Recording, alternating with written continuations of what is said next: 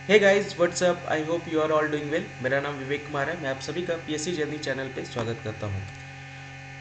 आज है 31 जनवरी 2024, पहला मंथ का आखिरी दिन। आप यहाँ पे देख सकते हैं जनवरी मंथ आपका आज के डेट में ख़त्म हो गया है और अब आपका दूसरा मंथ स्टार्ट होने जा रहा है। और देखा जाए तो पेपर आने में बहुत ज़्यादा समय नहीं है। अगर मैं जेपीएससी के पेपर की बात करूँ तो उसमें भी बहुत ज़्यादा समय नहीं है। और अगर मैं बीपीएससी की बात करूँ तो देखने को आप देख सकते हैं ये पब्लिक सर्विस कमीशन का पेपर है, जो कि आपके लिए देख सकते हैं भले ही 6-7 महीना हो बीपीएससी के लिए, लेकिन ये 6-7 महीना कब गुजर जाएगा आपको खुद पता नहीं चलेगा। तो आपको जागना पड़ेगा। बहुत सारे लोग आज के डेट में सोए हुए हैं, बहुत सारे लोग नोटिफिकेशन का वेट करें कि फॉर्म आएगा, भरेंगे, उस समय फिर पढ़ना स्टार्ट करेंगे। ये कोई छोटा मोटा पेपर नहीं है, ये आपका सर्विस कमीशन का पेपर है। तो आपको इसको लेकर के पूरा एक्टिव रहना पड़ेगा, सीरियस रहना पड़ेगा, जोश से भरपूर होना रहना पड़ेगा और हर एक चीज़ को बहुत बारीकी से पढ़ना पड़ेगा।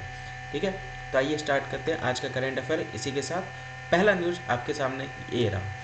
ओला ई बाइक सर्विस की बात यहाँ पे कही जा रही थी। और ओला ई बाइक सबसे पहले जो इंस्टॉल हुआ था वो बैंगलोर में हुआ था। बैंगलोर में ये पायलट प्रोसेस के रूप में इसको इंस्टॉल किया गया था, वहाँ पे टेस्ट करने के लिए कि किस तरह से ये वर्क करता है और मार्केट में ये सस्टेन कर पाएगा कि नहीं कर पाएगा।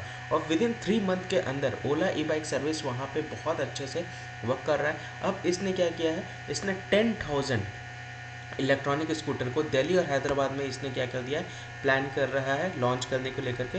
ओला ई बाइक टैक्सी को लेकर के बात कही जा रही है। दिल्ली और हैदराबाद में ये शुरू कर दिया है। यहाँ पे इसके द्वारा लॉन्च किया गया है न्यू बाइक टैक्सी सर्विस। कौन से 2 शहरों में, दिल्ली और हैदराबाद में। यहाँ पे कितने कितने इलेक्ट्रिक स्कूटर की बात कही जा रही है दोनों शहरों में मिला करके। तो 10,000 यहाँ पे इलेक्ट्रिक स्कूटर जो है वो दोनों शहरों में आने वाले महीने में ये क्या करेगा, लॉन्च करेगा, तैनात करेगा। ओला सबसे पहले अपना ई बाइक टैक्सी सर्विस जो स्टार्ट किया था वो बैंगलोर में किया था, पायलट प्रोसेस पे कब, सितंबर 2023 में।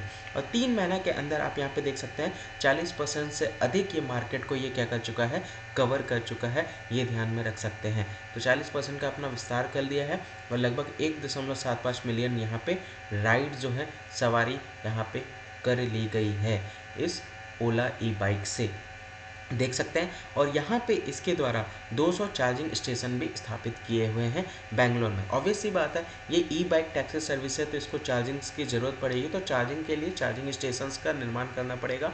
तो यहाँ पे ओला के द्वारा 200 चार्जिंग स्टेशन बैंगलोर में सेटअप कर दिए गए हैं, स्थापित कर दिए गए हैं। ठीक है, क्लियर हो गया सभी लोग को। याद रखिएगा, ओला यहाँ पे जो नए शहरों में जो लॉन्च होने जा रहा है ई बाइक टैक्सी सर्विस, वो दिल्ली और हैदराबाद की है। आइए अगले न्यूज़ की तरफ बढ़ते हैं। अगला न्यूज़ यहाँ पे आप देख सकते हैं IHCL को लेकर के है, जो कि इनाग्रेट हुआ है। ठीक है, किसके द्वारा, ये पहचान गए सभी लोग कौन है ये है एक्सटर्नल अफेयर मिनिस्टर, जो एकता नगर में बेसिकली IHCL का इनाग्रेशन ये कर रहे हैं। अब ये एकता नगर कहाँ है, तो एकता नगर बेसिकली गुजरात में देखने को मिलेगा। गुजरात में नर्मदा नदी के पास ये देखने को मिलेगा, ये ध्यान रखिएगा। IHCL क्या है, आई भी पढ़ते इसके बारे में, देख सकते हैं। इसका उद्घाटन यहाँ पे कर रहे हैं विदेश मंत्री के द्वारा एस जयशंकर ने। IHCL कौशल केंद्र जो है ये स्किल सेंटर है, ये ध्यान रखिएगा। इंडियन होटल कंपनी लिमिटेड इसका फुल फॉर्म है, ये ध्यान रख सकते हैं। और इसका उद्घाटन यहाँ पे एस जयशंकर के द्वारा किया जा रहा है।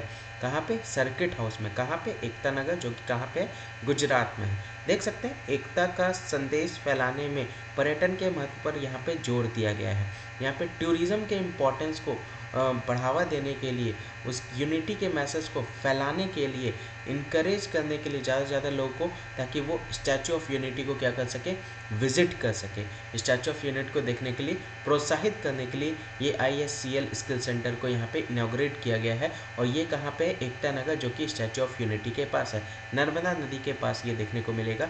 ठीक है, केवड़िया जो इलाका है वहाँ पे है ये। मैप से और अच्छे से क्लियर होगा, मैं आपको मैप्स भी कवर कराता हुआ चलूँगा, ताकि आपको लोकेशंस वाइज भी आपको सारी चीज़ें समझ में आती चले कि किस जगह पे किस न्यूज़ के से रिलेटेड चीज़ें डिस्कशन हो रही है।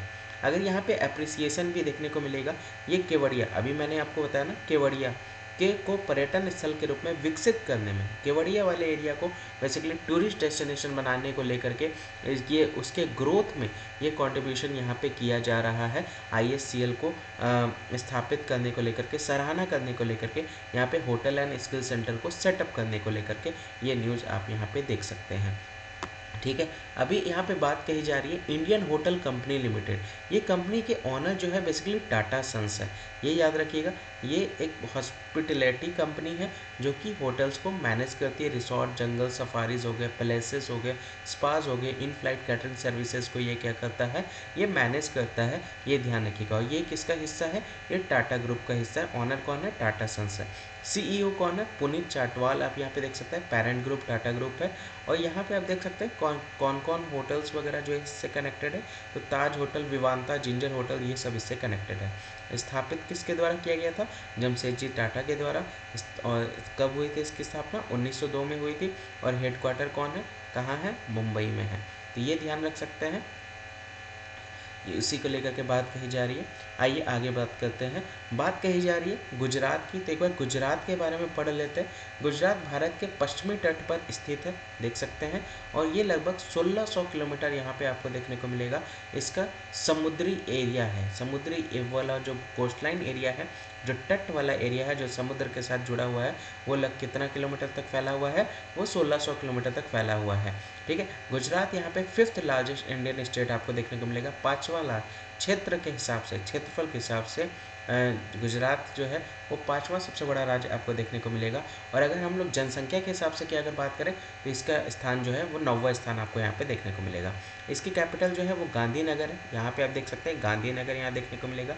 यहाँ के मुख्यमंत्री भूपेंद्र भाई पटेल हैं, आप देख सकते हैं। और यहाँ की स्टेट बर्ड जो है वो ग्रेटर फ्लेमिंगो है, याद रखिएगा। टोटल 33 जिला यहाँ देखने को मिलेगा। राष्ट्रीय मछली की बात करें तो ब्लैक स्पॉटेड क्रॉकर यहाँ पे देख सकते हैं। राष्ट्र फूल की बात करें तो राज्य फूल की बात करें तो ये मैरीगोल्ड यहाँ देखने को मिलेगा। तो ये सब स्टेट से रिलेटेड है गुजरात। अब थोड़ा सा हम बात करते हैं, ये ध्यान रखिएगा, इस वाले एरिया को गल्फ ऑफ कच्छ कहा जाता है और इस वाले एरिया को गल्फ ऑफ खंबत कहा जाता है। बहुत से लोग कंफ्यूज हो जाते हैं, ये गल्फ ऑफ खंबत समझ लेते हैं, ये कच्छ समझ लेते हैं। कच्छ वह वाला एरिया है जो बेसिकली यहाँ कच्छ रेगिस्तान है जो है वो, ये रन ऑफ कच्छ आप यहाँ पे देख सकते हैं। तो ये वाला एरिया गल्फ ऑफ कच्छ है, कच्छ की खाड़ी, ये है खंबत की खाड़ी। ठीक है। अब मुझे बताइए, देखिए यहाँ पे ये जो एरिया की बात कही जा रही है, ये वाले एरिया की बात कही जा रही है, ये ध्यान रखिएगा। इसी एरिया में बेसिकली इसी को यहाँ पे ही ISCL स्किल सेंटर का यहाँ पे उद्घाटन किया गया है, ये ध्यान रखिएगा। ठीक है। अभी यहाँ पे गिर सोमनाथ आप देख सकते हैं, अरब सागर में ही ये बेसिकली आपको देखने को मिलेगा। ठीक है। आइए आगे बढ़ते हैं नेक्स्ट। चलिए, मुझे गुजरात की बात कही जा रही है तो गुजरात के मुझे गवर्नर बताइएगा। देखिए आज का पहला क्वेश्चन आपसे, राज्यपाल है, राज्यपाल आपको पता होना चाहिए। मुझे बताइएगा गुजरात के गवर्नर कौन है, वो मुझे बताइएगा, राज्यपाल। ठीक है, कमेंट सेक्शन में मुझे बताइए। ठीक है।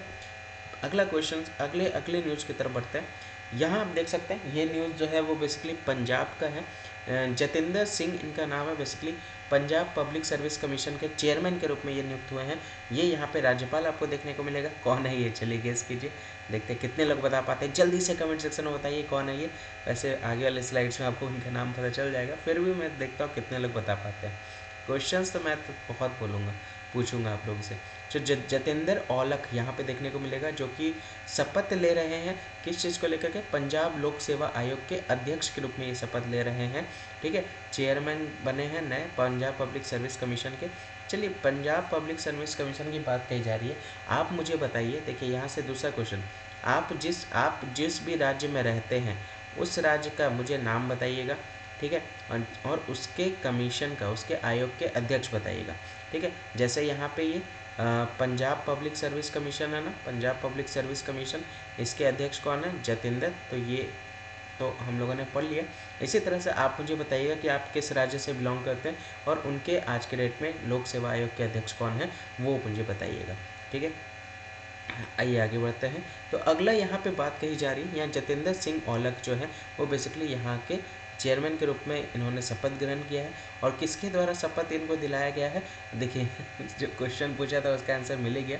तो पंजाब के जो राज्यपाल हैं बनवारी लाल पुरोहित, याद रखिएगा इनका, इन्होंने ही यहाँ पे शपथ दिलाई है। ठीक है, गवर्नर है।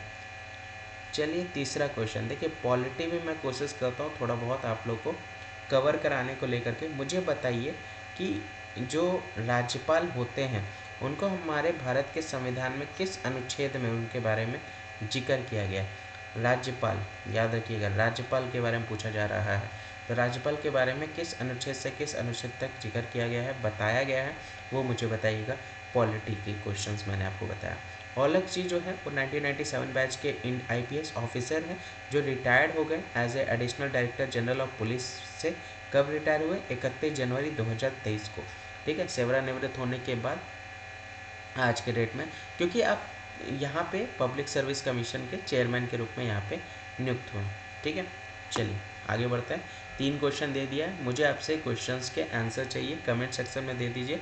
अब से ये क्लास जो होगी वो सुबह 8 बजे आएगी, क्योंकि बहुत सारे लोगों को, बहुत सारे स्टूडेंट्स को बेसिकली 10 बजे प्रॉब्लम हो रहा था। बहुत सारे वर्किंग होते हैं, बहुत सारे कोचिंग्स वगैरह जाते हैं, इसलिए अब से ये क्लास जो होगी वो सुबह 8 बजे आएगी, ताकि आप इस क्लास को बहुत अच्छे से कवर कर लो। सुबह सुबह करंट अफेयर की क्लास है, सुबह पढ़ने में भी मज़ा आएगा, ये ध्यान रखिएगा। और जो INA की क्लास होगी, इंपॉर्टेंट न्यूज़ एनालिसिस की जो क्लास होगी, वो रात के 8 बजे होगी। तो 8 बजे सुबह और 8 बजे रात रेडी रहिएगा आप लोग ये दोनों क्लासेस को कवर करने के लिए। आगे बढ़ते हैं। अगला न्यूज़ कवर करने से पहले अभी बात हो रही है पंजाब की, तो थोड़ा सा पंजाब के बारे में हम लोग पढ़ लेते हैं। पंजाब यहाँ पे बेसिकली जो पाकिस्तान के बॉर्डर के साथ ये वाला एरिया देखने को मिलेगा। इंडिया के सिख कम्युनिटी का हट है, दिल माना जाता है। अमृतसर का शहर जो यहाँ पे 1570 में सिख गुरु रामदास के द्वारा स्थापित किया गया था, जहाँ पे हरमिंदर साहिब का नज़ारा आपको देखने को मिलेगा। ये होलीस्ट प्लेस माना जाता है, सिख प्लेस ऑफ वर्शिप माना जाता है। इंग्लिश में इसको गोल्डन टेम्पल के नाम से जाना जाता है। पुल से ये बेसिकली घिरा हुआ है, नेक्टर के पुल, और बहुत प्रसिद्ध पिलग्रिम साइट है, ये ध्यान रखिएगा। अमृतसर में दुर्गियाना टेम्पल देखने को मिलेगा, हिंदू का ये मंदिर है जो कि सिल्वर डोर से घिरा हुआ है। कैपिटल की बात करें तो चंडीगढ़ है। चीफ मिनिस्टर यहाँ पे भगवत मान है। राज्यपाल यहाँ पे बनवारी लाल पुरोहित है। और ये बेसिकली राज्य की बर्ड जो है वो बेसिकली नॉर्दर्न गोसावक है। और टोटल जिला कितना है? 23 है। देख सकते हैं पाकिस्तान के बॉर्डर से ये आपका टच रहता है। ठीक है, कौन कौन सा डिस्ट्रिक्ट है? पठानकोट देखिए टच कर रहा है, गुरदासपुर, अमृतसर, तरन फिरोजपुर, यहाँ पे फजीलका। ठीक है, अब एक चीज़ और, यहाँ पे एक कॉरिडोर है, कितने लोग जानते हैं? देखिए दुनिया में एक ही ऐसा कॉरिडोर है जिसके थ्रू आप दूसरे देश में जा सकते हैं और वहाँ पे आपके पासपोर्ट पे उस कंट्री का स्टैंप नहीं लगेगा। बहुत बारीकी से सुनिएगा, मुझे उस कॉरिडोर का नाम जानना है आपसे। उस कॉरिडोर का नाम मुझे कमेंट सेक्शन में बताइएगा। कॉरिडोर का नाम ध्यान से सुनिएगा। आप भारत से पाकिस्तान जा सकते हैं, ठीक है, इस कॉरिडोर के थ्रू। ठीक है, अब मुझे बताइएगा कि इस कॉरिडोर का नाम क्या है। और ये कॉरिडोर से जब आप पाकिस्तान जाइएगा तो आपके पासपोर्ट पे स्टैंप भी नहीं लगेगा पाकिस्तान का, ये भी बात ध्यान रखिएगा। गवर्नमेंट से परमिशन लेना पड़ता है, लीगली जाइएगा, लीगली ही जाया जाता है, लेकिन सेम डे में रूल क्या है, सेम डे में रिटर्न आ जाते हैं। अब मुझे बताइएगा ये जो कॉरिडोर का जो एक्सेस मिला है, ये किस चीज़ को विज़िट करने के लिए दिया जाता है भारत को, वो भी मुझे बताइएगा। लोग वहाँ जाते हैं तो किस चीज़ को विज़िट करने जाते हैं, वो मुझे बताइएगा।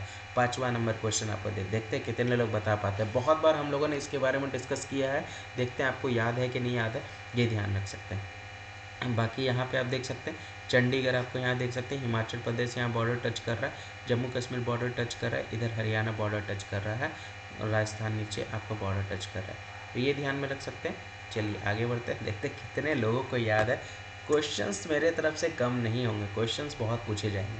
ठीक है, अच्छा लगता है ताकि आप लोग अटेंटिव रहे, थोड़ा सर्च करें, रिसर्च करें और फिर आंसर करें, तो मुझे अच्छा लगता है। तो थोड़ा सा आप लोग भी अटेंटिव हो जाइए, सिंसियर हो जाइए। मैं अगर 100% दे रहा हूँ तो मुझे आपसे 300% चाहिए। ठीक है, अगला जो न्यूज़ है यहाँ पे यूपी में, यहाँ पे आप देख सकते हैं यूपी के अयोध्या में यहाँ पे वाटर मेट्रो या स्टार्ट करने की बात यहाँ पे कही जा रही है, लॉन्च यहाँ पे किया गया है। तो यूपी सरकार अयोध्या में पहली जल मेट्रो सेवा शुरू करने के लिए तैयार है, यानी रेडी लॉन्च करने के लिए। ये बेसिकली स्टार्ट यहाँ पे जो होगा, ये बेसिकली जो स्टार्ट कहाँ से होगा, गुप्तर घाट और संत तुलसीदास घाट के बीच में ये देखने को मिलेगा। ये वाटर मेट्रो सर्विस जो बेसिकली स्टार्ट होगी गुप्तार घाट और संत तुलसीदास घाट के बीच शुरू होगा, और इन दोनों के बीच की कुल दूरी जो है वो 14 किलोमीटर देख सकते हैं। ये जहाज़ बिजली से चलेगी। एक बार इसको चार्ज किया जाने के बाद ये 1 घंटा तक काम कर पाएगा। इसमें एसी वेसल्स देख सकते हैं, ऐसी जहाज जो एक बार में 50 यात्रियों को ले जा सकता है, देख सकते हैं। और ये बहुत घाट पर आसान और तेज़ चार्जिंग स्टेशन भी स्थापित किए जाएंगे। तो बेसिकली वाटर मेट्रो सर्विस आप यहाँ पे देख सकते हैं, यूपी के अयोध्या में लॉन्च करने को लेकर के है, उसी से रिलेटेड ये न्यूज है। ध्यान रखिएगा, गुप्तार घाट और संत तुलसीदास के बीच में चलेगा और 14 किलोमीटर की दूरी को ये तय करेगा। ठीक है, इलेक्ट्रिसिटी से ये रन होगा, ये ध्यान में रख सकते हैं, तो ये याद रख सकते हैं। यूपी की मैं बात करूं तो यूपी उत्तर भारत का राज्य है। यहाँ पे 241 मिलियन लोग यहाँ रहते हैं। सबसे ज़्यादा पॉपुलेटेड स्टेट माना जाता है, यानी सब पॉपुलेशन वाइज इसका जो नंबर है राज्य का, ये नंबर 1 आपको देखने को मिलता है। सबसे ज़्यादा जनसंख्या देश में इसी राज्य में देखने को मिलती है। ठीक है, और यहाँ पे अगर बात करें तो पूरे भारत का 16.5% आपको यहाँ पे पॉपुलेशन देखने को मिलेगा। लखनऊ यहाँ पे जो है वो बेसिकली इसका कैपिटल है। चीफ मिनिस्टर योगी आदित्यनाथ जी है और राज्यपाल आनंदीबेन पटेल है, ये ध्यान रखिएगा। आज़ादी से देखिए, मैंने बताया था ना ये क्वेश्चंस मैंने कल वाले जो करेंट अफेयर की क्लास थी उसमें मैंने ये क्वेश्चंस आपसे पूछा था कि भारत का संविधान लागू होने के पहले उत्तर प्रदेश का नाम क्या है। तो यूनाइटेड प्रोविंस, ये ध्यान रखिएगा, यूनाइटेड संयुक्त प्रांत के नाम से ये बेसिकली जाना जाता था। और बर्ड की मैं बात करूँ तो सारस क्रेन यहाँ देख सकते हैं, स्टेट बर्ड है। डिस्ट्रिक्ट टोटल 75 देखने को मिलेगा। और अयोध्या की मैं बात करूँ तो अयोध्या यहाँ पे इस जगह पे आप देख सकते हैं, इस जगह पे अयोध्या है और ये इसी से रिलेटेड बात कही जा रही है, इसी से रिलेटेड न्यूज़ है। ठीक है, आगे बढ़ते हैं अगले न्यूज़ की तरफ। अगला न्यूज़ जो है यहाँ पे इंडियन नेवी से रिलेटेड है। ठीक है, इंडियन नेवी से रिलेटेड है। इंडियन नेवी ने ईरानियन के जो वेसल्स थी, नाव थी, उसको हाईजैक होने से बचाया है, देख सकते हैं, उसी से रिलेटेड न्यूज़ है। देखिए, आंसर दिया कीजिए, इतने सारे क्वेश्चंस मैं आपसे पूछ रहा हूँ और इसके आंसर्स मुझे बहुत से कम लोगों के द्वारा दिए जाते हैं। जैसे मैं आपको बता दूं, जो लोग आंसर देते हैं, जो लोग बहुत सिंसियर है, जो लोग एक्टिवली सारे करेंट अफेयर की क्लासेस देखते हैं और एक्टिवली पार्ट लेते हैं, उनका मैं नाम भी अनाउंस करता हूँ। जैसे पुष्पलता हो गई, पूजा हो गई, ये लोग जो हैं, ड्रीम कम 11 हो गए, तो ये सारे लोग जो हैं, ये लोग बहुत सिंसियर है। कृष्ण मोहन हो गए, ये लोग हर क्लासेस के आंसर्स इन लोग देते हैं। तो मैं चाहता हूँ जितने भी लोग क्लास कर रहे हैं, सभी लोग, चाहे कभी भी आप क्लास देख रहे हो, जब भी आपको समय मिले, आप रिकॉर्डेड लेक्चर्स देख रहे हो, तो कभी भी जब भी आपको देखने को मिले, तो जिस समय आप वीडियो देख रहे हो उस समय आप उसका आंसर दें। मैं चाहता हूँ सभी लोग इसमें पार्ट लें, ताकि आपकी सीरियसनेस और एक्टिवनेस मुझे पता चल सके और उस तरह से आपको भी अच्छा लगेगा कि आपका नाम जो है वो क्लासेस में, लाइव क्लासेस में मैं ले रहा हूँ। ठीक है, तो यहाँ पे इंडियन नेवी को लेकर के यहाँ देख सकते हैं, उनकी जो वारशिप है उसने रेस्क्यू किया ईरान की जो वेसल जो हाईजैक हो गई थी, कहाँ पे, गल्फ ऑफ आदेन में। अब ये वाला हिस्सा कितनी बार मैंने मैप में आपको दिखा रखा है, तो आई होप अब आपको बहुत अच्छे से क्लियर हो गया होगा किस जगह के बारे में बात कर रहे हैं। अब आपके दिमाग में एक इतनी बार मैंने इस लोकेशन को दिखा दिया कि एक पिक्चर बन गया होगा कि हाँ किस जगह की बात कही जा रही है, और उसी जगह में ये बेसिकली उसी जगह से रिलेटेड न्यूज़ है। तो इंडियन नेवी का आईएनएस नेवल शिप जो सुमित्रा है, वो बेसिकली रिस्पॉन्ड किया था सोमालिया के पूर्वी तट और अदन की खाड़ी में समुद्री डकैती विरोधी अभियान चलाते समय ईरान ध्वज फहराने वाले एक मछली पकड़ने वाले जहाज ईमान के अपहरण से संबंधित एक संकटपूर्ण कॉल का जवाब दिया। देख सकते हैं, गल्फ ऑफ आदेन में ईस्ट कोस्ट ऑफ सोमालिया की बात कही जा रही है। वहाँ पे ईरानियन फ्लैग फहराते हुए जो उनका फिशिंग वेसल था, वो जिसका नाम ईमान था, तो वहाँ पे उनको एक जो कॉल आया, उस कॉल को यहाँ पे इनके द्वारा आईएनएस सुमित्रा के द्वारा रिस्पॉन्ड किया गया। यहाँ पे आप देख सकते हैं 12 of the Indian navy warship are presently in the Arabian sea. तो भारतीय नौसेना के लगभग 12 युद्धपोत वर्तमान में अरब सागर और अदन की खाड़ी में समुद्री डकैती विरोधी और समुद्री सुरक्षा अभियान चला रहे हैं। यहाँ पे आप देख सकते हैं, और उन्हीं के द्वारा उनको जो हाईजैक हो गए थे ईरानियन वेसल, उनको बचाया गया। कहाँ पे, गल्फ ऑफ आदेन में। थोड़ा सा अगर मैं बात करूँ, गल्फ ऑफ आदेन कहाँ, ये इंडियन ओशन ये आप देख सकते हैं, अरब सागर देख सकते हैं, ये वाला एरिया गल्फ ऑफ आदेन है। ये बेसिकली डीप वाटर आपको देखने को मिलेगा, इंडियन ओशन का बहुत गहरा वाला खाड़ी देखने को मिलेगा। यमन यहाँ पे देख सकते हैं, नॉर्थ में आपको देखने को मिलेगा। गल्फ ऑफ आदेन के जो उत्तरी तरफ है वो यमन कंट्री आपको यहाँ पे देख सकते हैं। और फिर अगर मैं बात करूं अरेबियन सी आपके इसके पूर्व में देखने को मिलेगा, जिबूटी इसके वेस्ट में देखने को मिलेगा, ये जिबूटी वाला area, and Guardafui channel Socotra and Somalia to the south, तो ये सब ये साउथ में आप देख सकते हैं। ठीक है, आइलैंड जो है वो सोकोट्रा आप यहाँ पे देख सकते हैं। ठीक है, और यहाँ पे बेसिकली इसकी जो बेसिकली लोकेशन है वो ईस्ट अफ्रीका और वेस्ट एशिया देख सकते हैं। तो ये गल्फ ऑफ आदेन है, सोकोट्रा आपको यहाँ पे देखने को मिलेगा, यमन। तो ये बेसिकली अगर मैं बात करूँ, ये वाला भी मैंने आपसे क्वेश्चन पूछा था कि गल्फ ऑफ आदेन से जब लाल सागर के बीच जाते हैं, ये दोनों के बीच में जो रास्ता है, इस रास्ते को क्या कहते हैं, तो बब इल मंडप यहाँ पे आप देख सकते हैं, ये वाला एरिया कहलाता है। तो ये थोड़ा सा आप ध्यान रखिएगा, इसी एरिया की बात की जा रही है, काफ़ी गहरा वाला एरिया यहाँ देखने को मिलेगा। ऊपर यमन, इरिट्रिया देख सकते हैं, सऊदी अरेबिया भी देख सकते हैं, यमन और सोमालिया, इथियोपिया, जिबूटी। ठीक है, तो आई होप ये क्लियर हो गया होगा लोकेशन सभी लोग को। ये जो है ये कोरमस कंट्री के नए प्रेसिडेंट अजली असुमानी यहाँ पे आपको देखने को मिलेगा। कोमरस के नए प्रेसिडेंट जो है रूप में राष्ट्रपति के रूप में फिर से ये चुने गए हैं, अजाली असुमानी कोमरस के राष्ट्रपति के रूप में। तो कोमरस सुप्रीम कोर्ट के द्वारा चुनाव में राष्ट्रपति अजाली असुमानी के पुनः चुनाव को वैध कराया है, यानी इनके द्वारा वैलिडेट बताया गया है कि इनके द्वारा जो री इलेक्शन जो कंटेस्ट किया गया था प्रेसिडेंट को लेकर के, तो वो उनको वैलिड करार दिया गया है। कोर्ट के द्वारा पुष्टि की गई है कि अजाली की जो जीत है, और यह कहा जा रहा है कि उनके द्वारा 57.2 वोट जो उनको हासिल हुए हैं, ये एक वैलिड वोट है। और ये बेसिकली अगर हम लोग बात करें, यह आंकड़ा शुरू में 62.97% से घोषित किया गया था, जिसको बाद में पता करके कोर्ट के द्वारा बताया गया कि उनका जो आंकड़ा जो है वो 57.2 यहाँ देख सकते हैं। ठीक है, he became head of state. Head of state क्या होता है? हेड ऑफ स्टेट मतलब पूरे देश का पूरे देश का हेड, पूरे देश की हेड की बात कही जा रही है, पूरे स्टेट का हेड यानी पूरे कंट्री का हेड की बात कही जा रही है। After staging a coup d'état in 1999 and was elected president. अब देख सकते हैं ये प्रेसिडेंट 2002 में बने थे, 16 में बने, 19 में बने और अब 24 में भी देखने को मिलेगा। 1999 में तख्ता पलट करने के बाद राज्य के प्रमुख बने थे ये ध्यान में रख सकते हैं। ठीक है, तो अजाली असुमानी की बात कही जा रही है। कोमरोस कंट्री का है, आप लोगों ने मोज़म्बिक सुना होगा, मेदागास्कर के पास ये देखने को मिलेगा। यहाँ देख सकते हैं मेदागास्कर, आपको मोज़म्बिक और मेदागास्कर के बीच, सही कह रहा था मैं, मोज़म्बिक और मेदागास्कर के बीच ये कोमरोस आइलैंड देख सकते हैं, और इसका कैपिटल मोरोनी आपको यहाँ देखने को मिलेगा। सोमालिया देख सकते हैं, केनिया, तांजानिया, मोज़म्बिक, जिम्बाब्वे। तो ये कोमरोस आपको यहाँ पे अफ्रीका के पूर्व तट पे ये देखने को मिलेगा। ये गर्म इंडियन ओशन वाटर में आपको देख सकते हैं। ये सबसे बड़ा आइलैंड आपको यहाँ पे देखने को मिलेगा स्टेट का, और यहाँ पे बीचेस वगैरह बहुत सारे हैं। ओल्ड लावा यहाँ पे आप देख सकते हैं, माउंट कलथाला वोल्केनो यहाँ पे जो एक्टिव वोल्केनो है। ठीक है, और मोरोनी जो है इसका कैपिटल है, और यहाँ लैंग्वेज जो बोला जाता है वो कॉमरियन है, फ्रेंच है, अरबिक है। राष्ट्रपति अजली असमानी जो कि अभी फिर से चुने गए हैं, अफ्रीका कंटिनेंट के अंदर में आता है, 8.22 लाख लोग रहते हैं, और करेंसी कॉमरियन फ्रैंक है।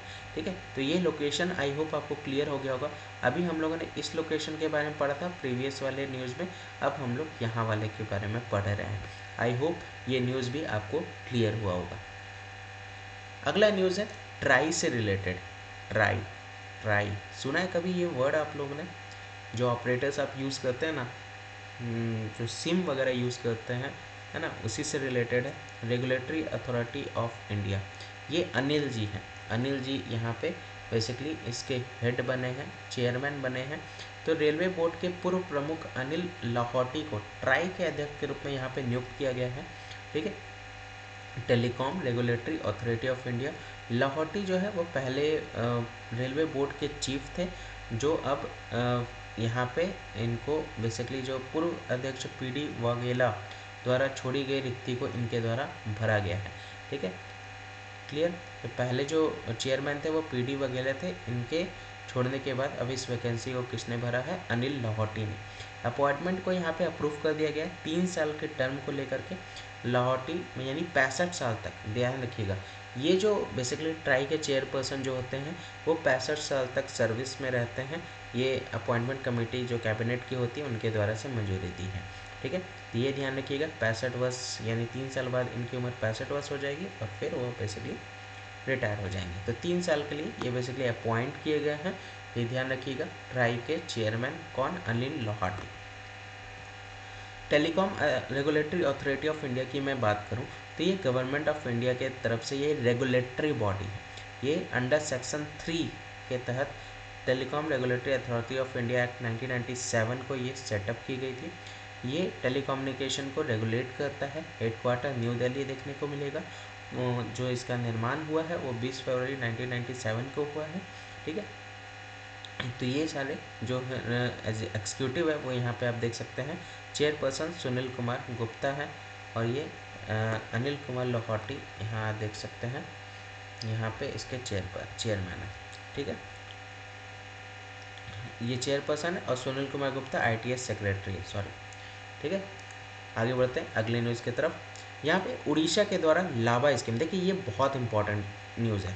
ये इंपॉर्टेंट न्यूज़ आपके वुमेन एम्पावरमेंट से रिलेटेड है। इतने सारे न्यूज़ अब मैंने वुमेन एम्पावरमेंट को लेकर के करा दिए हैं, तो आई होप अब आपको पास बहुत सारे पॉइंट्स मिल गए होंगे। अगर कहीं पे भी वुमेन्स को एम्पावर कर, अभी जैसे कल हम लोगों ने पढ़ा था आईसा रिपोर्ट, याद आ रहा है? उसमें लास्ट 8 साल में आपको देखने को मिलेगा हायर स्टडीज़ को लेकर के महिला का जो कॉन्ट्रीब्यूशन है वो बहुत ज़्यादा है as comparison to the mail.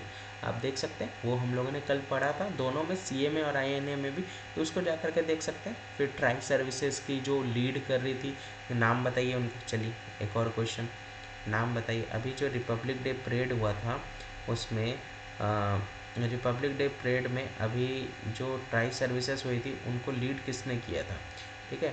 Tri services की लीड जो की थी, यानी जल थल वायु सेना की जो परेड में लीड की थी, उनका नाम बताना है। ये आपका 6ठा नंबर क्वेश्चन है। 7वां नंबर क्वेश्चन मुझे बताइएगा कि वुमेन एम्पावरमेंट को लेकर के कौन से राज्य के द्वारा ये झांकी निकाली गई थी? वुमेन, महिला सशक्तिकरण, बताइएगा, ठीक है। मेरा परिवार मेरा सपना, चलिए मैंने लोगो भी बता दिया। अब तो जो थीम था उसका वो भी मुझे बताइए, कौन से राज्य के द्वारा मेरा परिवार मेरा सपना जो उनका स्लोगन था वो कौन से राज्य के द्वारा ये झांकी निकाली गई थी? 7वां नंबर क्वेश्चन भी बता दिया मैंने, बताइए इसको। तो यहाँ पे आप देख सकते हैं MSP स्कीम, यहाँ पे माइनर फॉरेस्ट के लिए जो लघु वन उपज के लिए लाभा स्कीम यहाँ पे लॉन्च किया गया है। ये बेसिकली किन के लिए है? ये बेसिकली महिलाओं के लिए। अगर मैं बात करूँ महिलाएं की, मैं बात करूँ तो यहाँ पे देख सकते हैं 100% स्टेट फंड ये स्कीम देखने को मिलेगा। सबसे पहले उड़ीसा के सरकार के द्वारा ही इसको लॉन्च किया गया, जो बेसिकली लघु वन उपज के लिए। ये स्कीम किसको बेनिफिट देता है? जो जनजाति लोग जो हैं, जो आदिवासी लोग हैं, उनको ये बेसिकली लाभ पहुंचाता है। 23% उड़ीसा का जो कुल जनसंख्या है उसमें वो बेसिकली किसका है? जनजाति का है, आबादी है, और उसी को ये फ़ायदा पहुंचाता है। लाभ योजना की मैं बात करूं तो ये एक तरह से क्या है? मिशन शक्ति, ठीक है। मिशन शक्ति वुमेन सेल्फ हेल्प ग्रुप के लिए ये बेसिकली उनके लिए ये आया है, जो basically tribal development cooperative corporation limited के द्वारा मैनेज किया जाता है, ठीक है। प्रबंधित मिशन शक्ति की महिला SSG के साथ ये एकीकृत है। ये जो प्रोक्योरमेंट सेंटर है उसको मैनेज SSG के द्वारा किया जा रहा है और अदर एजेंसी के द्वारा यहाँ पे किया जा रहा है। और ये बेसिकली ट्राइबल पॉपुलेशन को बेनिफिट प्रदान कर रहा है। जो जनजातीय आबादी है उनको लेकर के ये लाभा योजना जो है वो लाया गया है, ताकि उनको सशक्तिकरण बनाया जा सके। मिशन शक्ति की बात यहाँ पे कही जा रही है, यानी उनको सेल्फ डिपेंडेंट बनाने को बात कही जा रही है। और जो बेसिकली लघु वन उपज, जहाँ पे जिनका फॉरेस्ट में कम उपज होता है, उनके लिए बेसिकली MSP स्कीम यहाँ पे आप देख सकते हैं, ये उससे रिलेटेड है, मिनिमम सपोर्ट प्राइस। उड़ीसा की मैं बात करूं तो इंडिया के ईस्टर्न स्टेट में ये देखने को मिलेगा। ट्राइबल कल्चर यहाँ पे आप देख सकते हैं, हिंदू टेम्पल यहाँ पे आप देख सकते हैं, बहुत सारे हैं। भुवनेश्वर यहाँ का कैपिटल है और यहाँ पे 11वीं सेंचुरी में लिंगराज टेम्पल कॉम्प्लेक्स आप यहाँ देख सकते हैं, वो यहाँ पे सेट किया गया है। बिंदु सागर लेक झील यहाँ देखने को मिलेगा। स्टेट म्यूजियम वगैरह आप देख सकते हैं। मुख्यमंत्री नवीन पटनायक है। राज्य की जो बर्ड है वो इंडियन रोलर है। डिस्ट्रिक्ट टोटल 30 है। फ्लावर अशोका है और हाईकोर्ट उड़ीसा हाईकोर्ट। यहाँ पे आप देख सकते हैं भुवनेश्वर यहाँ देखने को मिलेगा। पुरी यहाँ आप देख सकते हैं। झारखंड के साथ टच कर रहा है इसका बॉर्डर, वेस्ट बंगाल के साथ टच कर रहा है, छत्तीसगढ़ के साथ टच कर रहा है और आंध्र प्रदेश के साथ यहाँ पे टच कर रहा है। ठीक है, क्लियर हो गया पूरा उड़ीसा से रिलेटेड। आई होप चीज़ें समझ में आएगी। देख सकते हैं इंडिया में इसका लोकेशन कहाँ है, इस जगह पे है, पूर्वी तट पे। ठीक है, अगला न्यूज़ यहाँ पे आप देख सकते हैं। देखिए ये थोड़ा सा इम्पॉर्टेंट हो जाता है। यहाँ पे झांकी का जो थीम था, इंडिया मदर ऑफ डेमोक्रेसी, संस्कृति मंत्रालय के द्वारा जो था, इसको टॉप झांकी माना गया है। देख इनको अवार्ड दिया गया, देख सकते हैं पहला स्थान यहाँ पे इनके द्वारा हासिल किया गया है। जो गणतंत्र दिवस के परेड में ये किसके द्वारा ये आया था, ये बेसिकली लॉन्च किया गया था, तो IGNCA के द्वारा। ये क्या है अभी इसके बारे में हम लोग जानेंगे। ये मिनिस्ट्री ऑफ कल्चर, जल्दी जल्दी से मुझे बताइए IGNCA क्या है, इसका फुल फॉर्म क्या है। तो ये संस्कृति मंत्रालय के झांकी ने गणतंत्र दिवस के समारोह में प्रथम पुरस्कार इनके द्वारा हासिल किया गया। इसका थीम क्या है, इसका थीम था भारत लोकतंत्र की जननी। ठीक है, ये जो झांकी है ये क्या दर्शाता है, ये जो ट्रेडिशन और इनोवेशन आप देख सकते हैं, विरासत को उजागर करने के लिए एनाफॉर्मिक तकनीक को शामिल करते हुए परंपरा और नवीनता का मिश्रण यहाँ पे दिखाया गया है। ठीक है, परंपरा और नवीनता का मिश्रण यहाँ पे आपको देखने को मिलेगा, ये ध्यान रख सकते हैं। ये उपलब्धि भारत के विविध सांस्कृतिक विरासत को संरक्षित करने में, यहाँ पे आप देख सकते हैं जो अचीवमेंट है किस चीज़ को लेकर के, कि डाइवर्स कल्चर आपको भारत में देखने को मिलेगा, उसको संरक्षित करने में, उसको जश्न मनाने के लिए संस्कृति मंत्रालय को प्रतिबद्धता को दर्शाता है। तो ये आप ध्यान दे सकते हैं, ये उसी से रिलेटेड न्यूज़ है। तो ये IGNCA क्या है, Indira Gandhi national centre for arts की बात यहाँ पे कही जा रही है। ये कहाँ पे, न्यू दिल्ली में ये आपको देखने को मिलेगा। गवर्नमेंट के द्वारा इसको फंड प्रोवाइड किया जाता है, ये जो कला संस्था है उसको लेकर के, और ये यूनियन मिनिस्ट्री ऑफ कल्चर के अंदर में आता है। जनपद बिल्डिंग आप यहाँ पे देख सकते हैं, वहाँ पे है ये, और इसकी स्थापना 1985 को हुई थी, 19 नवंबर, और इसके प्रेसिडेंट कौन है, राम बहादुर राय है। ठीक है, तो ये बिल्डिंग कॉम्प्लेक्स आप देख सकते हैं, यहाँ पे आपको देखने को मिलेगा, पटेल चौक जनपद के पास में देख सकते हैं। ठीक है, क्लियर, डन, समझ आ रहा है। ये बहुत इंपॉर्टेंट न्यूज़ है, ये ध्यान रख सकते हैं। 15 राज्यों में 56 सीटों को लेकर के राज्यसभा की पोलिंग होने वाली है, और ये कब होगी, 27 फरवरी को होगी। आइए थोड़ा सा इसके बारे में जानते हैं। चलिए, राज्यसभा है ना, राज्यसभा में बताइए मुझे टोटल, देखिए क्वेश्चन तो मैं पूरा भरपूर पूछूंगा, पॉलिटी का भी रिवीजन आपका कराता चलूँगा। राज्यसभा में टोटल सीट्स बतानी है कितनी होती है। ठीक है, टोटल सीट्स बताइए, और नॉमिनेट कितने लोगों को किया जाता है। ठीक है, कितने लोगों को नॉमिनेट किया जाता है और किसके द्वारा नॉमिनेट किया जाता है, ये भी मुझे बताइएगा। बाई नॉमिनेटेड बाई, मुझे बताइए किसके द्वारा नॉमिनेट किया जाता है, कितने सदस्यों को नॉमिनेट किया जाता है, और आप जिस राज्य से बिलोंग करते हैं उसमें से कितने लोग जो हैं वो राज्यसभा के सीट में, मतलब राज्यसभा के मेंबर हैं। ठीक है, ये मुझे बताइएगा। ठीक है, तो उनके नाम मुझे चाहिए। तो यहाँ पे आप देख सकते हैं ये 8वां या 9वां नंबर क्वेश्चन है जो मैं आपसे पूछ रहा हूँ। कितना नंबर हो गया, 7, 8वां नंबर मैंने क्वेश्चन आपसे पूछा है, तो ये 8वां नंबर क्वेश्चन। ठीक है, इसका आंसर मुझे दीजिएगा। क्वेश्चन इसी बहाने आपका रिवीजन होता हुआ चल रहा है। तो इलेक्शन कमीशन ऑफ इंडिया की तरफ से यह अनाउंस किया गया 56 सीटों को लेकर के राज्यसभा में 15 स्टेट्स को में चुनाव होने की घोषणा कर दी गई है, और ये बेसिकली जो नोटिफिकेशन जारी किया जाएगा दाखिला करने को लेकर के नामांकन, वो 8 फरवरी से जारी किया जाएगा, और अंतिम तारीख जो है वो 15 फरवरी रहेगा। इसका जो पोलिंग का शेड्यूल है वो 27 फरवरी को होगा, और जो सीट्स जो होंगी, जो बेसिकली जिन राज्यों में ये बेसिकली पोलिंग होगा, वो उत्तर प्रदेश होगा, महाराष्ट्र हो गया, बिहार, उत्तराखंड, छत्तीसगढ़, हरियाणा, हिमाचल प्रदेश एंड अदर्स, यहाँ पे आप देख सकते हैं इन राज्यों में बेसिकली पोलिंग्स होंगी।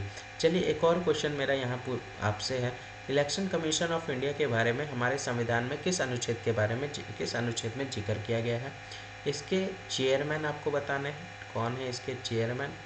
ठीक है, और मुझे ये भी बताइएगा इसकी चेयरमैन की जो एज होगी वो कितनी होनी चाहिए, रिटायरमेंट एज, वो भी मुझे बताइएगा। ठीक है, तो ECI election commission of India के बारे में ये न्यूज़ क्वेश्चन था, तो इसका भी आंसर मुझे आपसे चाहिए, है ना। समझ में आ रहा है? क्लियर हो रहा है? क्वेश्चंस का भरमार तो मैं आराम से क्लासेस करने तो नहीं दूंगा, इसी बहाने आप लोग का पॉलिटी भी रिवीजन होता रहेगा। चलिए मुझे बताइएगा, यहाँ पे आप देख सकते हैं यूनेस्को वर्ल्ड हेरिटेज साइट्स में इसको ऐड किया गया है। यहाँ पे आप देख सकते हैं भारत के मराठा सैन्य परिदृश्य की बात यहाँ पे कही जा रही है। तो भारत के मराठा सैन्य परिदृश्य वर्ष 24-25 के यूनेस्को विश्व विरासत सूची के रूप में मान्यता के लिए भारत का नामांकन में यहाँ पे शामिल हुआ है। इस नामांकन के कुछ भाग सलहेर किला हो गया, शिवनेरी किला हो गया, लोहगढ़ हो गया, खंडेरी किला हो गया, रायगढ़ हो गया, राजगढ़ हो गया, प्रतापगढ़ हो गया, सुवर्ण दुर्ग हो गया, पन्हाला किला हो गया। ये महाराष्ट्र में अगर मैं बात करूँ विजय दुर्ग हो गया, सिंधुदुर्ग हो गया। तो ये सब आप देख सकते हैं, इसको बेसिकली नामांकन के लिए जारी किया गया। और तमिलनाडु में जिंजी किला हो गया। ठीक है, तो ये सारे आप यहाँ पे देख सकते हैं जो बेसिकली यहाँ पे यूनेस्को वर्ल्ड हेरिटेज लिस्ट में ये बेसिकली नॉमिनेट हुए हैं। और इसमें बेसिकली मराठा के हिस्टोरिकल सिग्निफिकेंस बहुत देखने को मिलेंगे, ऐतिहासिक महत्व बहुत देखने को मिलेगा और प्रभाव देखने को दर्शाया गया है, ये ध्यान में रख सकता है। ठीक है, तो ये ध्यान में रखिएगा। आगे बढ़ते हैं, ये कौन है? इनको तो बहुत न्यूज़ में, अगर आप न्यूज़ देखते हैं डेली बेसिस का, अगर आप न्यूज़ कवर कर रहे हैं, अगर टीवी चैनल ही देखते हैं, तो ऑब्वियस सी बात है इनको पहचान लेंगे। ये बेसिकली नए पीएम हैं। नए पीएम कहाँ के हैं? नए पीएम हैं भूटान के। इनका नाम क्या है? तेसरिंग टोब्गे। याद रखिएगा, भूटान के नए प्रधानमंत्री हैं, ये ध्यान रखिएगा। लगातार चौथी बार ये प्रधानमंत्री यहाँ पे बने हैं। तो हाल के चुनाव के बाद त्सेरिंग टोब्गे ने भूटान के प्रधानमंत्री के रूप में अपना दूसरा कार्यकाल यहाँ पे शुरू किया है। राजा जिग्मे खेसर नामग्याल वांगचुक ने टोब्गे को यहाँ पे दुपट्टा सौंपकर उनकी नियुक्ति को औपचारिक रूप से चिन्हित किया है। तो by handing him a scarf, यहाँ पे आप देख सकते हैं उनके अपॉइंटमेंट को यहाँ पे मार्क किया है। टोब्गे पहले जो थे बहुत सारे चैलेंजेस को फेस करते थे और अर्थव्यवस्था को पुनर्जीवित करने और युवाओं के विदेश प्रयास को रोकने के लिए देख सकते हैं इनके द्वारा क्या किया गया। इनके द्वारा जो अर्बनाइजेशन है उसको यहाँ पे रोका गया। अर्बनाइजेशन की बात यहाँ पे कही जा रही है। तो जो बेसिकली देखिए टोब्गे के द्वारा बहुत सारे जो चैलेंजेस थे उसको इनके द्वारा फेस किया गया है।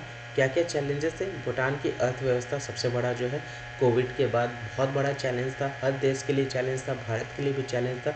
इन्होंने बहुत अच्छे से इसको फेस किया। और दूसरा जो है लोकल जॉब अपॉर्चुनिटीज़ ये बहुत ज़्यादा क्रिएट किए ताकि हम यूथ को रोक सकें, उन लोग यूथ को रोक सकें माइग्रेट करने के लिए विदेश। ठीक है, तो ये चीज़ें जो भारत में हो रही है आज के डेट में, वो उनके द्वारा ये सारे चैलेंजेस पहले से फेस किए गए।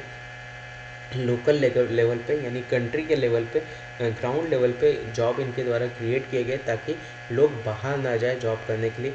बाहर मतलब एक जगह से दूसरे जगह, एक ही देश के अंदर नहीं, यहाँ पे देश छोड़ करके कोई बाहर जाने की बात कर रहा है काम करने को लेकर के, तो उनको यहाँ पे इन्होंने रोका है। तो ये चुनौतियों का सामना करना पड़ा इनको तेसरिंग, यहाँ पे आप देख सकते हैं त्सेरिंग टोब्गे को, जो आज के डेट में भूटान के नए प्रधानमंत्री हैं। याद रहेगा, ये न्यूज़ थोड़ा सा इम्पॉर्टेंट है, ध्यान में रखिएगा। भूटान की मैं बात करूँ तो ये भूटान जो है वो बुद्धिस्ट का बेसिकली किंगडम है, जो कि ईस्टर्न में आपको देखने को मिलेगा। मोनास्ट्रीज यहाँ पे बहुत सारे हैं, मठ जिसको कहते हैं। ठीक है, बहुत सारे हिमालयस देखने को मिलेगा। ठीक है, यहाँ की जो कैपिटल है वो है थिम्पू यहाँ की कैपिटल है, देख सकते हैं इस वाले एरिया पे ये स्थित है। और यहाँ के जो राजा हैं वो जिग्मे खेसर नामग्याल वांगचुक हैं। यहाँ की जो करेंसी है भूटानीज नुगुल है, जो कि इंडियन रुपी भी है यहाँ पे। ऑफिशियल लैंग्वेज की बात करो जोंखा है। यहाँ पे 7 लाख जो है वो बेसिकली लोग रहते हैं। ठीक है, ऊपर चाइना आप देख सकते हैं, नीचे भारत।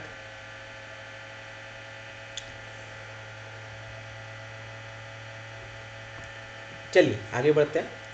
नेक्स्ट न्यूज़ आप यहाँ पे देख सकते हैं, ये है आप जो अभी बेसिकली रिट्रीट सेरेमनी यहाँ पे हुआ है। कहाँ पे? विजय चौक पे।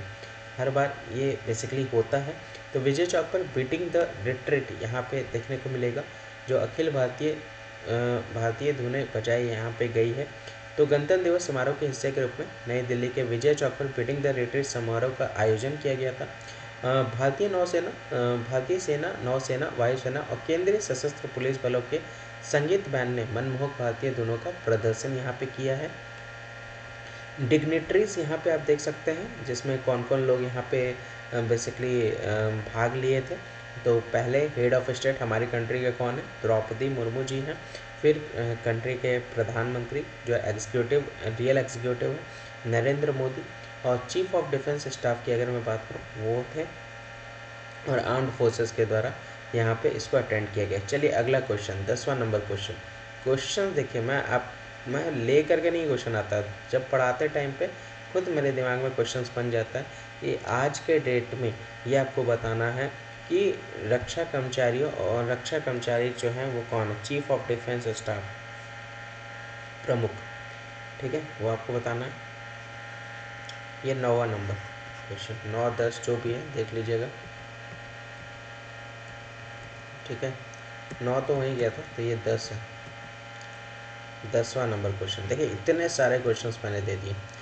यहाँ पे आप देख सकते हैं अर्जुन मुंडा जी के द्वारा, देखिए यहाँ पे बेसिकली एग्रीकल्चर सेक्टर की बात यहाँ पे कही जा रही है। तो यहाँ पे कार्बन मार्केट के लिए फ्रेमवर्क को यहाँ पे लॉन्च किया गया है। कृषि और किसान कल्याण मंत्री अर्जुन मुंडा ने कृषि क्षेत्र में स्वैच्छिक कार्बन बाजार और कृषि वानिकी नर्सरी के मान्यता प्रोटोकॉल के लिए ढांचे का शुभारंभ किया। फ्रेमवर्क का उद्देश्य छोटे और मध्यम किसानों को कार्बन क्रेडिट में लाभ उठाने और पर्यावरण अनुकूल प्रथाओं को अपनाने के लिए प्रोत्साहित किया गया। तो बेसिकली ये जो कार्बन मार्केट को यहाँ पे जो फ्रेम किया गया, लॉन्च किया गया एग्रीकल्चर सेक्टर में,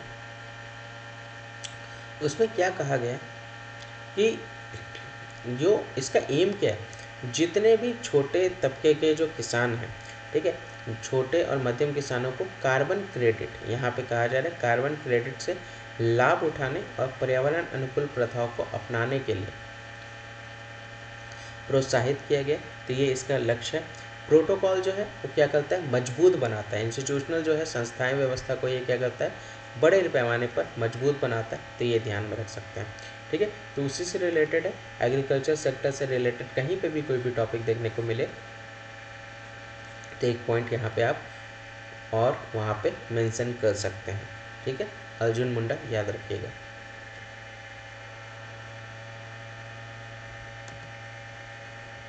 यहाँ पे आप देख सकते हैं ये तमिलनाडु में ये खेलो इंडिया चैंपियनशिप हुआ था।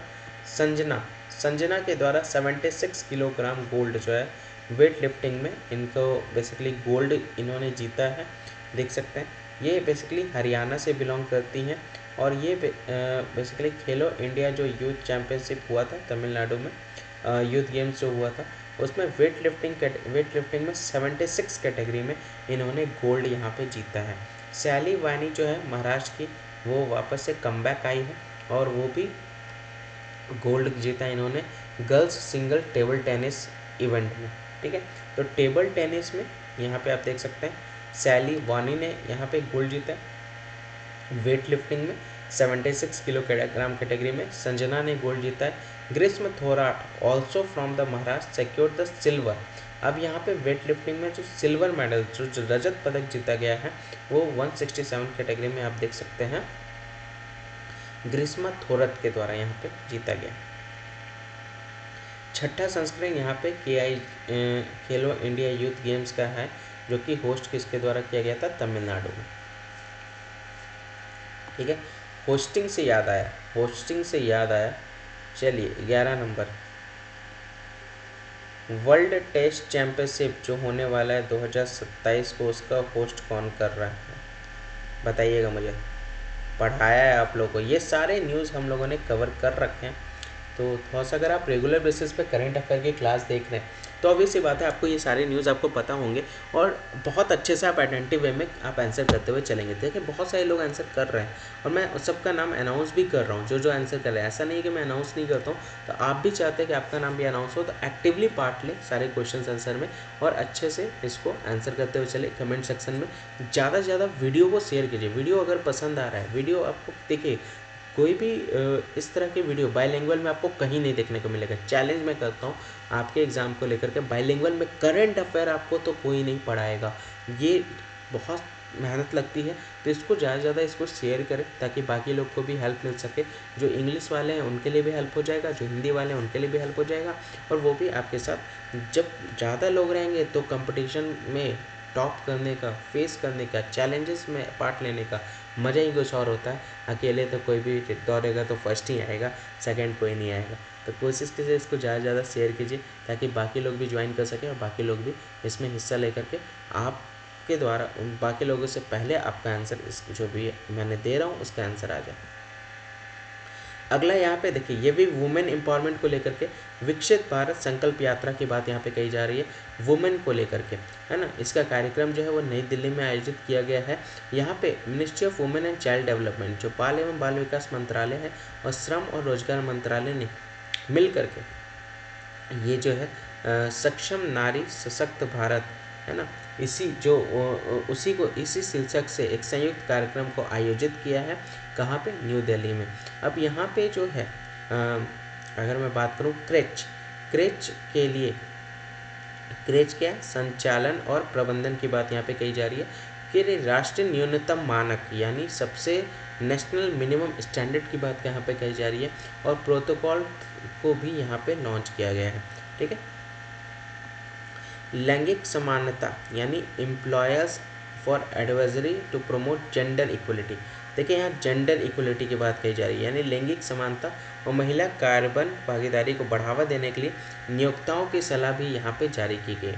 चलिए मुझे बताइएगा, जेंडर इक्वलिटी जो है, समानता जो है, लैंगिक समानता जो है,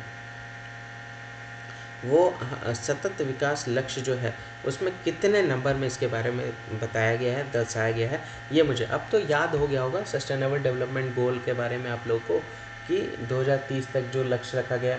तो मुझे बताइएगा लैंगिक समानता के बारे में सतत विकास लक्ष्य में कितने नंबर में जिक्र किया गया है, बताया गया है, वो मुझे बताइएगा कमेंट सेक्शन में। ठीक है, आगे बढ़ते हैं। यहाँ पे आप देख सकते हैं अभी तो आज और कल ये तो बहुत डिपार्टमेंट छाया हुआ रहेगा। क्यों छाया रहेगा पता है बहुत अच्छे से, रीज़न है बजट और इकोनॉमिक सर्वे जो इनके द्वारा लॉन्च किया जाएगा। ठीक है, इनके द्वारा पेश किया जाएगा। तो इनके द्वारा एक और अनाउंसमेंट यहाँ पर जारी किया गया है वित्त मंत्रालय के द्वारा। इनका कहना है कि जीडीपी जो है अब 7% से अधिक बढ़ेगी, 3 साल में $5 ट्रिलियन तक ये आपका पहुँच जाएगा। ये इसी को लेकर के बात कही जा रही है। जीडीपी क्या होता है? ग्रॉस डोमेस्टिक प्रोडक्ट की बात यहाँ पे कही जा रही है। वित्त मंत्रालय ने भारतीय अर्थव्यवस्था एक समीक्षा शीर्षक से एक रिपोर्ट पेश की है, देख सकते हैं। अच्छा, ये वाला कंटेंट कोई नहीं, ये दूसरा, इसका हिंदी में देखिएगा, इसको छोड़ दीजिए, इसको छोड़ दिए। ठीक है, तो यहाँ पे समीक्षा शीर्षक से एक रिपोर्ट पेश की। आने वाले वर्षों में भारतीय अर्थव्यवस्था 7% से अधिक की दर से बढ़ने की संभावना है। अगले 3 वर्षों में $5 ट्रिलियन की जीडीपी के साथ दुनिया की तीसरी सबसे बड़ी अर्थव्यवस्था बनने की उम्मीद है। आज के डेट में भारत कितने नंबर की अर्थव्यवस्था है वो मुझे बताइए, ये भी हम लोगों ने डिस्कस किया है। कितने नंबर की अर्थव्यवस्था में आता है वो आप मुझे बताइएगा।